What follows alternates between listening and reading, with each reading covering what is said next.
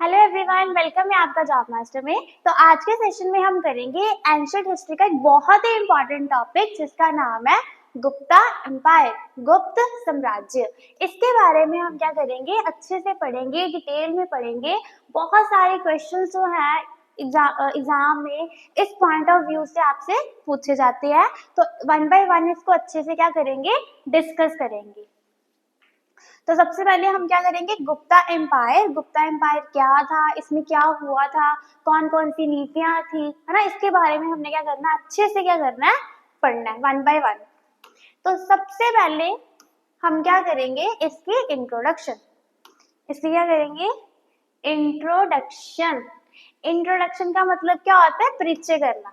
किसी भी चीज का क्या करना, परिचय करना, उसके बारे में बताना। ठीक है, जब भी आप कोई चीज करते हो तो सबसे पहले आप उसको इंट्रोडक्शन से शुरू करते हो, तो इसको भी इंट्रोडक्शन से शुरू करेंगे। सबसे पहले एक इम्पॉर्टेंट बात है, ये पढ़ने से पहले एक चीज याद रखो कि गुप्ता एम्पायर को एक पर्टिकुलर नाम दिया गया है। गुप्ता एम्पायर को क्या दिया गया, एक पर्टिकुलर नाम दिया गया, गोल्डन एज। अब इसे गोल्डन एज ही क्यों कहा गया है, ऐसा क्या रीजन है कि गुप्ता एम्पायर को गोल्डन एज कहा गया है। पढ़े तो हमें बहुत सारे एम्पायर है ना, तो गोल्डन एज के नाम से इसको जाना जाता है। क्यों जाना जाता है वो भी इसको करेंगे, अच्छे से करेंगे। सबसे पहले अगर हम गुप्ता एम्पायर की बात करें तो ये 4 to the 6th सेंचुरी तक था। Clear, marked a classical age in North India, renowned of extensive territory and cultures in it. इसको गोल्डन एज इसलिए कहा जाता है क्योंकि इसमें आपका जो आर्ट, आर्किटेक्चर एंड लिटरेचर, ये चीजें जो थी, ये क्या हुई थी, इसका जल्दी से एक्सपैंड होना शुरू हुई थी इस एम्पायर में। आर्ट, आर्किटेक्चर और ये जो आपके लिटरेचर है, ये अच्छे से इस एम्पायर में क्या हुई थी, बड़ी अच्छे से डिस्क्राइब की गई थी, एक्सपैंड हुई थी, जिसके कारण इसको क्या कहा जाता है, गोल्डन एज। यही रीजन है कि आपके गुप्ता एम्पायर को क्या कहा जाता है, गोल्डन एज कहा जाता है। Originate from the fertile reason of eastern UP, ये इतनी एक्सपैंड हुई, कहाँ से लेके कहाँ तक एक्सपैंड हुई, ईस्टर्न यूपी से लेके ये बिहार तक। इसकी मतलब कि ये जो आपका गुप्ता एम्पायर था, ये क्या हुआ था, एक्सपैंड हुआ था। The Gupta Empire originated from the kingdom established by Shri Gupta. अब देखो, गुप्ता एम्पायर के जो फाउंडर थे वो कौन थे, श्री गुप्ता। तो बहुत इंपॉर्टेंट है, पेपर में आपको पूछ सकते हैं कि भाई जो आपका गुप्ता एम्पायर है, इसके जो मतलब कि फाउंडर है वो कौन है। तो आपको पता होना चाहिए, इसके जो फाउंडर है, इसके जो फाउंडर है उनका नेम क्या है, श्री गुप्ता। क्या नेम है उनका, श्री गुप्ता। क्लियर। और ये मैंने आपको बता दिया कि इसको गोल्डन एज क्यों कहा जाता है, क्योंकि आर्ट, लिटरेचर और आपकी क्या कहते हैं, आर्किटेक्चर जो है, ये एक्सपैंड होने शुरू हुए थे इस एम्पायर में, जिसके कारण इसको गोल्डन एज भी कहा जाता है। क्लियर। अब नेक्स्ट करेंगे आगे। सबसे पहले फिर से देख लो, गुप्ता एम्पायर इंपॉर्टेंट रूल्स क्या थे। एक तो ये 4 से लेके 6 सेंचुरी तक रहा। क्लियर, ये आपको पता होना चाहिए।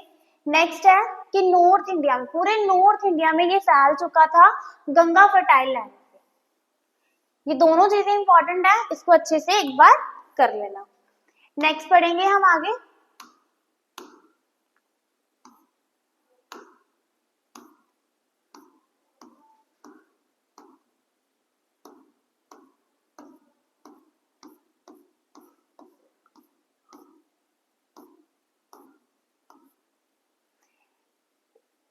सबसे पहले अगर इसके एम्पायर की बात की जाए तो बहुत सारे रूलर्स जो थे आए थे। अब हमने पढ़ना है समुद्र गुप्ता के बारे में। किसके बारे में पढ़ना है, समुद्र गुप्त के बारे में, कि समुद्र गुप्त कौन थे और उन्होंने क्या किया था। He follow a policy of warfare and conclude the Allahabad pillar inscription Prayagraj परिषद रिटन इन। अब देखो, सबसे पहले हरिसेन, समुद्र गुप्त की अगर बात की जाए तो समुद्र गुप्त के कवि थे कौन, हरिसेन। ये इंपॉर्टेंट है, पूछा जा सकता है कि जो आपके समुद्र गुप्त थे, उनके जो पोएट थे, जो कवि थे, उनका नाम क्या है, तो उनका नाम क्या है, हरिसेन। ये आप याद रखना, बहुत इंपॉर्टेंट नेम है। तो ये इनके क्या थे, एक पोएट थे जिन्होंने क्या किया था, इलाहाबाद में एक पिलर था, इलाहाबाद में क्या था, एक पिलर है जिसको हिंदी में आप कहते हो Prayag Prashasti, written in pristine Sanskrit by his court poet Harishena provide a detail account of his accomplishment. कहते कि जो समुद्रगुप्त के कवि थे कौन, हरिसेन, उन्होंने क्या किया था कि इलाहाबाद में एक पिलर है जिसके ऊपर उन्होंने क्या लिखा था, समुद्रगुप्त का जन्म कब हुआ, उनकी डेथ कब हुई, और उन्होंने अपने जीवन में क्या उपलब्धि प्राप्त की, और कौन कौन से वॉर वो जीते थे। ये सारी चीजें उन्होंने उस पिलर के ऊपर बहुत ही अच्छे से लिखी हुई है। Clear? This inscription is carved on the same pillar that bears the edicts of the Ashoka। ये वही पिलर है जिसके ऊपर अशोका के बारे में भी लिखा गया। अगर जिन्होंने सेशन देखा होगा, मैंने आपको ये बताया था जब मैंने अशोका पढ़ाया था, तो क्या उसमें क्या पढ़ा था कि बहुत सारे एडिक्ट्स ऐसे थे जिसके ऊपर अशोका के बारे में लिखा गया था। तो ये वही पिलर है जिसके ऊपर अशोका के बारे में लिखा गया है। उसी के ऊपर जो हरिसेन थे, जो समुद्रगुप्त के क्या थे, आपके पोएट या कवि थे, उन्होंने इलाहाबाद के जो पिलर है उसके ऊपर किसके बारे में लिखा था, समुद्रगुप्त के बारे में लिखा था। क्या लिखा था, उनका जन्म कब हुआ, उनकी मृत्यु कब हुई, और जीवन में जितनी भी उपलब्धियां वो सारी उन्होंने अच्छे से डिस्क्राइब वहां पिलर पे की है। His rule extended over a significant portion of the Indian subcontinent directly or indirectly, encompassing empire in Punjab and Nepal to the Palwa kingdom is Kanchipuram. अब इन्होंने जो अपने मतलब कि इंडिया को एक्सपैंड किया था वो कहाँ से लेके कहाँ तक किया था, पंजाब नेपाल से लेके टू दी पालवा किंगडम तक। He minted coins depicting the mythological theme of the Ashwamedha horse sacrifice, symbolizing his rule as a restorer। देखो इन्होंने क्या किए थे, कॉइन्स बनाए थे और उसके ऊपर हॉर्स सेक्रीफाइस लिया था। अब ये हॉर्स सेक्रीफाइस का मतलब क्या होता है, अश्वमेधा, इसका मतलब क्या होता है कि तब के टाइम में ये क्या करते थे, अपने घोड़े को छोड़ते थे और इनका घोड़ा जितना भागेगा और जितनी एरिया को कवर करेगा वो सारा एरिया उस राज्य के पास होगा जिसका घोड़ा जा रहा होगा। ठीक है, और मान लो कि वही घोड़ा भागते भागते किसी दूसरे राज्य में चला गया, तो क्या होगा, अगर वो किसी दूसरे राज्य में चला गया है तो अगर उस राज्य के राजा ने उस घोड़े को रोक दिया, अगर उस घोड़े को रोक दिया है तो क्या होगा, फिर वहां पे लड़ाई होगी। ठीक है, उसने अगेंस्ट रोका है ना, तो वहां पे क्या होगी, फिर लड़ाई होगी और जो राजा जीतेगा वो जो राज्य है वो उसके हित में आएगा। क्लियर? टाइटल कविराज मीनिंग किंग अमंग पॉइंट। अच्छा, एक चीज और है, इनमें कॉमन चीज है कि इनको एक पर्टिकुलर टाइटल दिया गया है। इनको क्या दिया गया, एक पर्टिकुलर टाइटल दिया गया, और वही टाइटल समुद्रगुप्त को भी दिया गया है। कौन सा टाइटल, कविराज। अब कविराज का मतलब क्या है, किंग अमंग पॉइंट, किंग के द्वारा लिखी जाने वाली पॉइंट। इनको पॉइंट्स लिखने का, इनको पॉइंट्स लिखने का बहुत शौक था, ये कभी भी रह चुके हैं, जिसके कारण इनको कवि राजा का टाइटल दिया गया है। क्लियर? समुद्रगुप्त में क्या पढ़ा आपने, सबसे पहले समुद्रगुप्त ने आपने ये पढ़ा कि समुद्रगुप्त के एक पोएट थे हरिसेन, उन्होंने क्या किया था कि इलाहाबाद में एक पिलर था जिसके ऊपर उन्होंने समुद्रगुप्त के बारे में कोई चीजें लिखी गई थी, और वो कौन सी चीजें लिखी गई थी, उनसे रिलेटेड चीजें लिखी गई थी कि समुद्रगुप्त का जन्म कब हुआ है, उनकी डेथ कब हुई है, कौन सी मतलब कि जीत उन्होंने जीती है ना, कौन सी मतलब कि ये जो लड़ाइयां वगैरह है वो उन्होंने जीती हैं। और कहा जाता है कि ये वही पिलर है जिसके ऊपर अशोका के बारे में भी लिखा गया है। फिर नेक्स्ट इन्होंने कहा कि इन्होंने जो अपना एरिया एक्सपैंड किया था वो पंजाब और नेपाल से लेके पालवा राज्य तक एक्सपैंड किया था। फिर कुछ कॉइन्स डिपिक्ट किए थे जिसके ऊपर हॉर्स सेक्रीफाइस लिखा गया। हॉर्स सेक्रीफाइस का मतलब यही है कि राजा क्या करते थे, अपने घोड़े को छोड़ देते थे और इनका जो घोड़ा है वो भागता था और जितना एरिया कवर करता था वो उनके राज्य में शामिल किया जाता था। और अगर किसी राज्य में इनका घोड़ा चला जाता था तो जो राजा उस घोड़े को रोकता था, ठीक है, वो दोनों अगेंस्ट हो जाते थे और एक वॉर होती थी, और जो जीतेगा वही क्या होगा, वही उस राज्य को अपने राज्य में क्या कर पाएगा, शामिल कर पाएगा। तो ये तो आपको पता ही है कि राजा क्या करते थे, अपने राज्य को एक्सपैंड करने के लिए लड़ाइयां करते थे, युद्ध करते थे, और कई बार तो वो उनकी प्रिंसेस से शादी कर लेते थे ताकि वो उनके राज्य को अपने राज्य में क्या कर सके, शामिल कर सके। इनका मेन काम यही था कि जितना हो सके अपने राज्य को क्या कर सके, एक्सपैंड कर सके, बढ़ा सके। क्लियर? अब हम करेंगे नेक्स्ट आगे। अब हम पढ़ेंगे चंद्रगुप्त टू के बारे में। अब ये जो चंद्रगुप्त आप पढ़ने लगे हो, ये चंद्रगुप्त मौर्य नहीं है, ये चंद्रगुप्त टू है। कौन से? Through his daughter Prabhavati marriage to Rudrasena two and prince from the Vakataka dynasty indeed came, he directly rule over the Vakataka kingdom. क्या कहा गया है कि चंद्रगुप्त की एक बेटी थी जिसका नाम था प्रभावती। जिसका नाम क्या था? प्रभावती। प्रभावती की उन्होंने क्या की थी? प्रभावती की शादी की थी रुद्रसेना से। क्या कहा कि चंद्रगुप्त की बेटी कौन थी? प्रभावती। क्या नाम था उसका? प्रभावती। और अगर उसकी बात की जाए तो उसकी शादी की गई थी रुद्रसेना से। किससे की गई थी? रुद्रसेना से। और कहते हैं कि जब इसकी शादी रुद्रसेना से, तो थोड़ी देर बाद जो रुद्रसेना थी उसकी क्या हो गई थी? डेथ हो गई थी। अब इस राज्य को कौन चलाएगा? रुद्रसेना का बेटा, जो कि छोटा था, वो उस राज्य को संभालेगा। बट अगर वो छोटा था तो वो उसको संभाल नहीं पाएगा, तो उसके पीछे जो भी मतलब कि अब सारी जो सिरदर्दी थी वो किसके ऊपर थी? प्रभावती। मतलब प्रभावती क्या कर रही थी? पूरे राज्य को क्या कर रही थी? अब संभाल रही थी। तो प्रभावती के जो फादर थे चंद्रगुप्त, वो क्या कर रहे थे? उसके राज्य को संभालने में उसकी मदद कर रहे थे। कौन सा राज्य? वाकाटका किंगडम। वाकाटका राज्य। किंगडम का मतलब क्या होता है? राज्य। तो कहने का मतलब ये है कि चंद्रगुप्त जो टू थे वो वाकाटका किंगडम को भी इनडायरेक्टली क्या कर रहे थे? चला रहे थे। क्लियर? नेक्स्ट है he successful seize control of the western Malwa and Gujarat region from शेख। यहाँ इन्होंने क्या कहा गया है कि इन्होंने शेख के साथ भी क्या किया है? वॉर की है, युद्ध किया है। And inscriptions on the iron pillar, कहते हैं कि एक आयरन पिलर है जो कि कहाँ पे है? मेहरौली दिल्ली में पाया गया है। Indicate that his kingdom encumbers north western region of India and Bengal, जो इसको क्या करता है? शो करता है। He adopted the title Simha Vikram and Vikramaditya. इनको एक टाइटल दिया गया था, चंद्रगुप्ता को एक टाइटल दिया गया था। उस टाइटल का नाम क्या था? सिंह विक्रम। उस टाइटल का नाम क्या था? सिम्हा विक्रम्स। सिम्हा विक्रम्स। और एक टाइटल और दिया गया था विक्रमादित्य। एक कौन सा टाइटल दिया गया था? विक्रमादित्य। ये इनको दो टाइटल दिए गए थे जिसका मतलब क्या था? Strength and power. जिसका क्या मतलब था? Strength and power.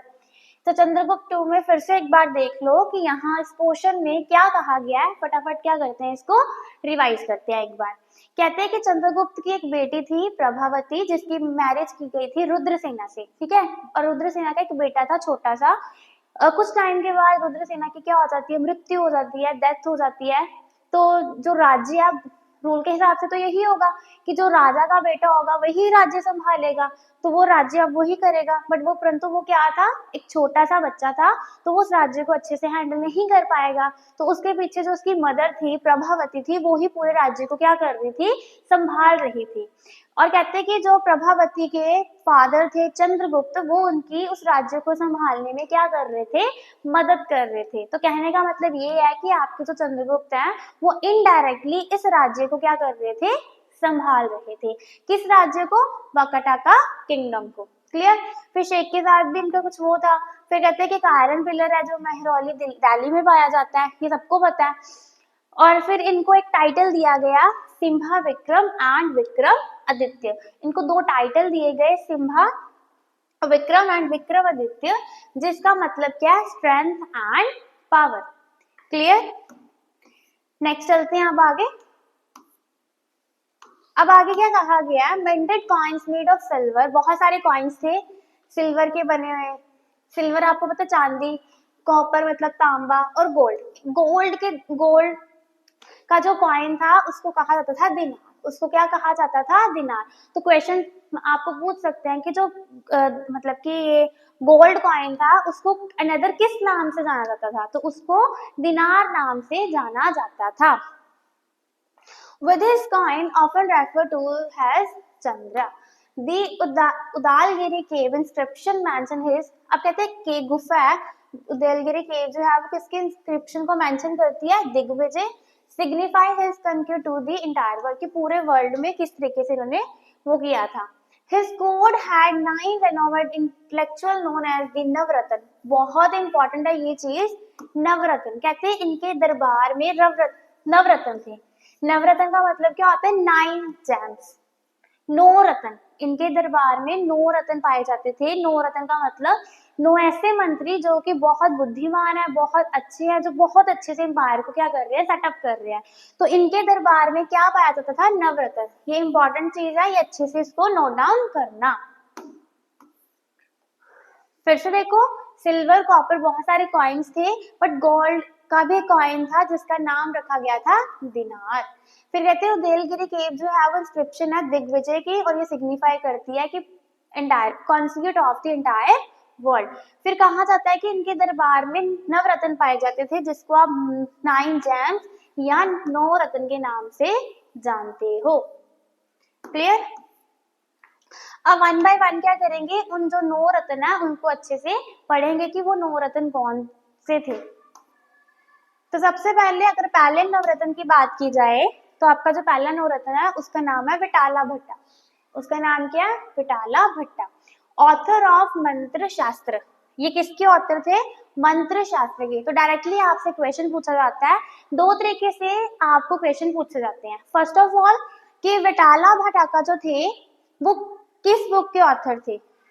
ठीक है, यहाँ ये पूछ सकता है कि जो मंत्र शास्त्र के ऑथर थे उनका नेम क्या है। तो दो तरीके से आपको इस तरीके से क्वेश्चंस हैं वो पूछे जा सकते हैं। तो इन जो ये 9 रत्न है इनको आप अच्छे से पढ़ लेना कि विटाला भाटा जो थे वो किसके ऑथर थे? मंत्र शास्त्र के। किसके थे? मंत्र शास्त्र के। क्लियर? और अगर मैं सेकंड की बात करूं तो सेकंड में कौन थे? वारारुचि। अब ये जो वारारुचि थे ये किसके ऑथर थे? प्राकृत प्रकाश। प्राकृत प्रकाश। नेक्स्ट थे वो थे कहापानका जो कि ऑथर थे ज्योतिष्य शास्त्र के। नेक्स्ट है शांकु जो कि ऑथर है शिल्पा शास्त्र के। अब नेक्स्ट है आपके फिफ्थ है वो है घाटा कारपारा, ठीक है, जो कि expert in sculptures and architect. जो इसमें क्या थे? एक्सपर्ट थे। ये 5 हो गए, अब अगले 4 करेंगे।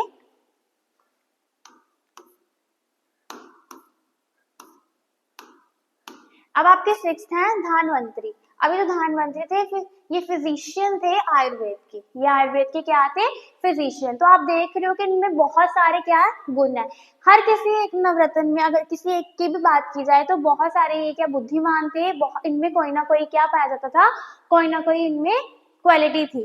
ठीक है, अगर धन्वंतरी की बात की जाए तो ये फिजिशियन थे किसके? आयुर्वेदा के। आगे है Varahamihira. His literally work include Pancha Siddhantika, Brihatsamhita and बृहजटाका।